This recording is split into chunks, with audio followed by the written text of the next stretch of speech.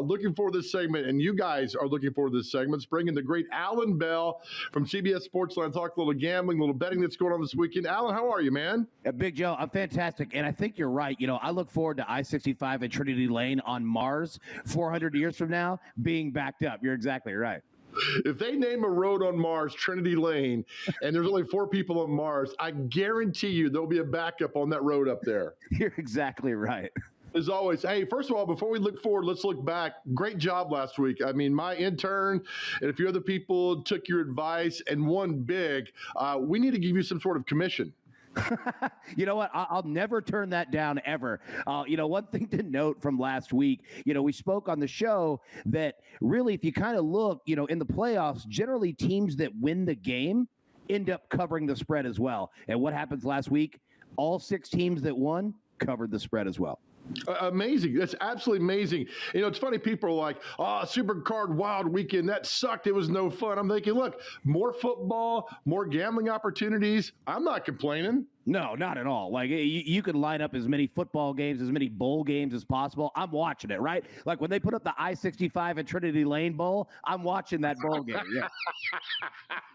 All right, intern, hop in here for a second. The intern, Allan, he took your advice. And intern, did you go against Allan or with Allan? I went with him and got a little bit of money. I didn't spend a lot on it just because I didn't have a lot in the account, but it hit, man. Yeah. So, hey, well, congratulations on that. And I absolutely understand that feeling as well. So nice job there. Yeah, no, I'll be listening for each one now. Yeah, and other folks that reached out through, I think some tried to tag you on Twitter, some didn't, but tagged me on it and said that congratulations, they took your advice and well done. All right, with that being said, now the intern's going to the Titans-Bengals game tomorrow. Let's start there, Allan. There's a lot of play that's going on with this game tomorrow. Where's the money coming in right now on this game? Yeah, so it's pretty much split, right? Like as soon as the game was announced and it was a 3-point favorite for Tennessee, it jumped to 3.5, meaning that money came in on Tennessee and you saw that number climb. It hasn't really moved ever since legitimately the first day, that it was announced. So it's kind of been split there. But if you take a look, right, like you could kind of use Vegas's information against them, right? So if you click in that game and you look at team totals, they'll put an over-under on how many points they believe each team is going to score. For Tennessee, they have 25.5 points. For Cincinnati, they have 21.5 points. So do the math there. Vegas is kind of giving you a little insight at their cheat sheet. If you're looking at this, do you weigh in the fact that Cincinnati, it's their first road playoff game forever, a little momentum? I mean, do you factor in history with this? Because I don't. Well, I think that there are elements to it, right? So if you look last weekend in the Super Wild Card, the quarterbacks that were making their first start ended up losing, right? Derek Carr, gone. Mac Jones, gone. Kyler Murray, gone. Now, you get to this round, and it doesn't really apply to either of these quarterbacks. So, no, you don't really take history into it. You just kind of look at the matchups. How does the offensive line versus the defensive line look? The quarterback against the defense, vice versa. So, no, I don't take historics into it. You just kind of play the matchups here. Home field advantage, how much does that weigh tomorrow? You know the history of Nissan Stadium, how loud it can be. You know the simple fact that the Titans don't do well as a number 1 seed, but this is completely different. Derrick Henry coming back. That stadium's going to be all abuzz tomorrow. Does that factor in home field advantage for you tomorrow? Absolutely, yes. If you look historically in the playoffs, yes, I know what you said in regards to Tennessee and being a number 1 seed. Look, there's pressure that goes along with that, but historically, teams that play at home in the playoffs generally win, right? Like look at last week, look at last year, look at the last 10 years. So it definitely plays into it. Also, this is the most expensive ticket in this round of the playoffs. Ooh. Cincinnati and Tennessee. Yeah, the average is around $180 for, all 4 games. This one's at $280 a ticket. So it goes to show they're hard to find because Titans fans are fired up. All right, Derrick Henry, a lot of it was on the over-under for carries and what he's going to do tomorrow. What's your feeling on this, or should it be a feeling, put your fandom aside and just vote on what you think could happen tomorrow? Because I think a lot of times people are like, oh, he's going to get there tomorrow and have 30 carries and this and that. And Vegas loves to hear when the fandom takes over, I think.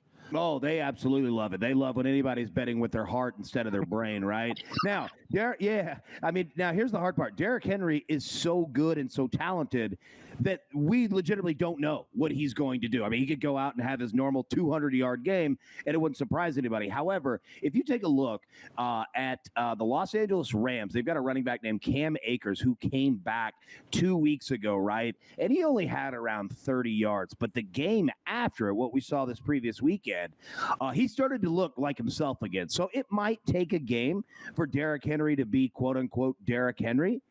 So kind of factor that in. Joe, you know it better than anybody. You played football. Like, your foot could be good to go, but your body might not be necessarily in football shape. It might take you a game, to get that back. All right, will you explain for us in-game betting? Because I think, Allan, sometimes I see more and more people doing in-game betting. I can't concentrate. I can't multitask that well. In-game betting. Why are more people doing in-game betting, and how does it work? Yeah, so in-game betting is essentially, the exact same thing, except you're doing it live, right? And you're getting lines and spreads that move with the game. So we'll just use this, Titans and Bengals game, for example. All right, so the Titans were, currently sit 3.5-point favorite right now. Let's say that the Bengals win the toss, take the ball, and score a touchdown on their opening drive. All right, you're going to see that Titans number drop down from 3.5 to around 1, right? Because based on now Cincinnati has 7 points. So a lot of people like to get a feel, like how does one team. How are they going to look? Are they showing up? Are they not showing up? If Tennessee goes out there, completely shuts down Cincinnati on their opening drive, and then scores a touchdown, that number will jump from 3.5 to around 8.5, 9.5, right? So then people will jump on Cincinnati's side because you're just trying to find value in a number, if that makes sense. You've made it make sense. Thank you. Do you like in-game betting? Oh, yeah, absolutely. Now, understand this. Do it in the first quarter. After that, be very, very careful, right? Because you're running out of time. But in the first quarter, you could generally find the value that you want, because what you want to do is you want to go into it looking for a number, right? So if you say, look, I don't really want to play Tennessee minus 3.5. I just don't like that number. But if I could get it at 1, I'd really like to do it. And if you have faith in Tennessee and situationally it works to where Cincinnati is just the team that scores first, and you can find that number, there you go. You just got it. But if you're not, seeing what you want, if it goes the opposite route, just stay away. Okay. We talked last week about this. I love picking, and you can see you can lose 165 different bets you can make on the game tomorrow. I love the fact, Allan Bell, I always do this every week of picking who's going to score the first touchdown. And you see it to the right column here tomorrow. And I like to go down and show guys that maybe not, because I hit with the Gronkowski thing last year and got paid pretty well. But this is the fun part of betting, I think, isn't it?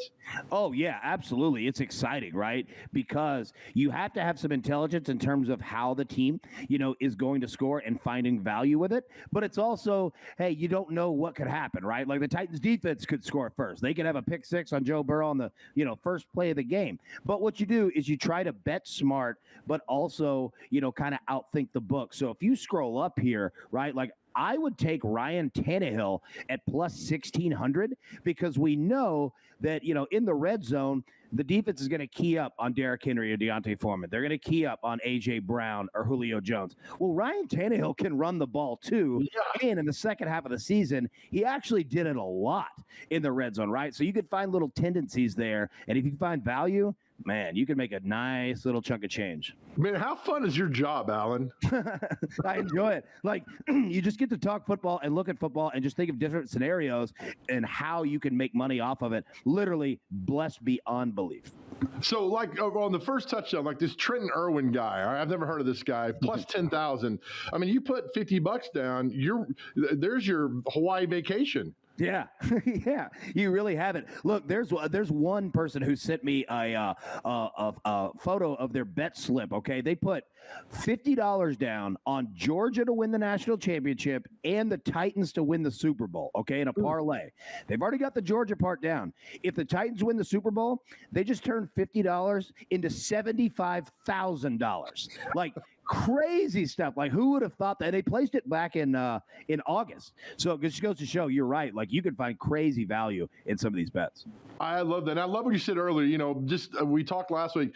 Be careful. Know your limits. Don't get crazy. Don't just keep dumping money in there. And that's always got to be pertinent, doesn't it? Absolutely. Have a plan and be smart with it, right? Like, if you have $100 to play with total in terms of betting, which is $100 that if you lost it all, it's not going to hurt you. You're okay. You're using it to have fun. Well, you don't put $100 on one bet, right? Like, put $5, put $10, space this thing out. And if you have a plan and be smart and have fun, yeah, it's enjoyable.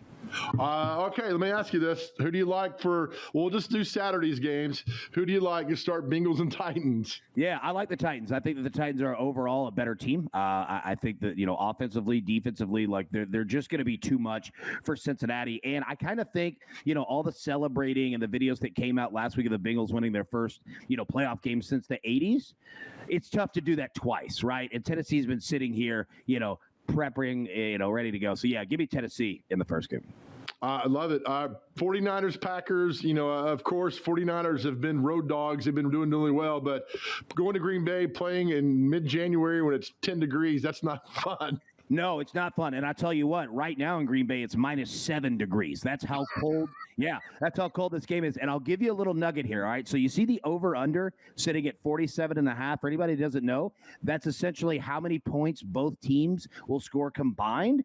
I'm going to ride the under 47.5, and I'll tell you why, okay? Since 1960, there have been 17 games played at Lambeau Field with a temperature at kickoff of 10 degrees or colder. All 17 of those games were 45 points or fewer.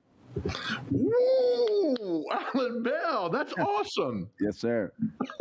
That's amazing. All right, Allan, thank you for clearing everything up. Really appreciate it. We're going to ride you, man, for a while. If the Titans can keep going and everything, because I told you, and I tell people, you make a chaotic thing simple, and that's not easy to do. And I hear you on the radio all the time, and I watch your the streaming stuff you do. You do a really good job of explaining the nuts and bolts of things where so many people are like, just throw your money at that. So I really appreciate you doing this, Allan. Oh, absolutely. I appreciate you. And yeah, if anybody ever has any questions, look, understand there is no bad question. There are no, hey, this might seem dumb. I've asked all of them a million times. So feel free. Reach out to me on Twitter anytime. Trust me, I've asked it before too. Hero. I'll see you next week, brother. See you, man. Take care. All right. Thank you, Allan Bell. And I love that little tidbit again. Since 1960, 17 games at Lambeau Field with temperatures 10 or under, no more than 45 points scored.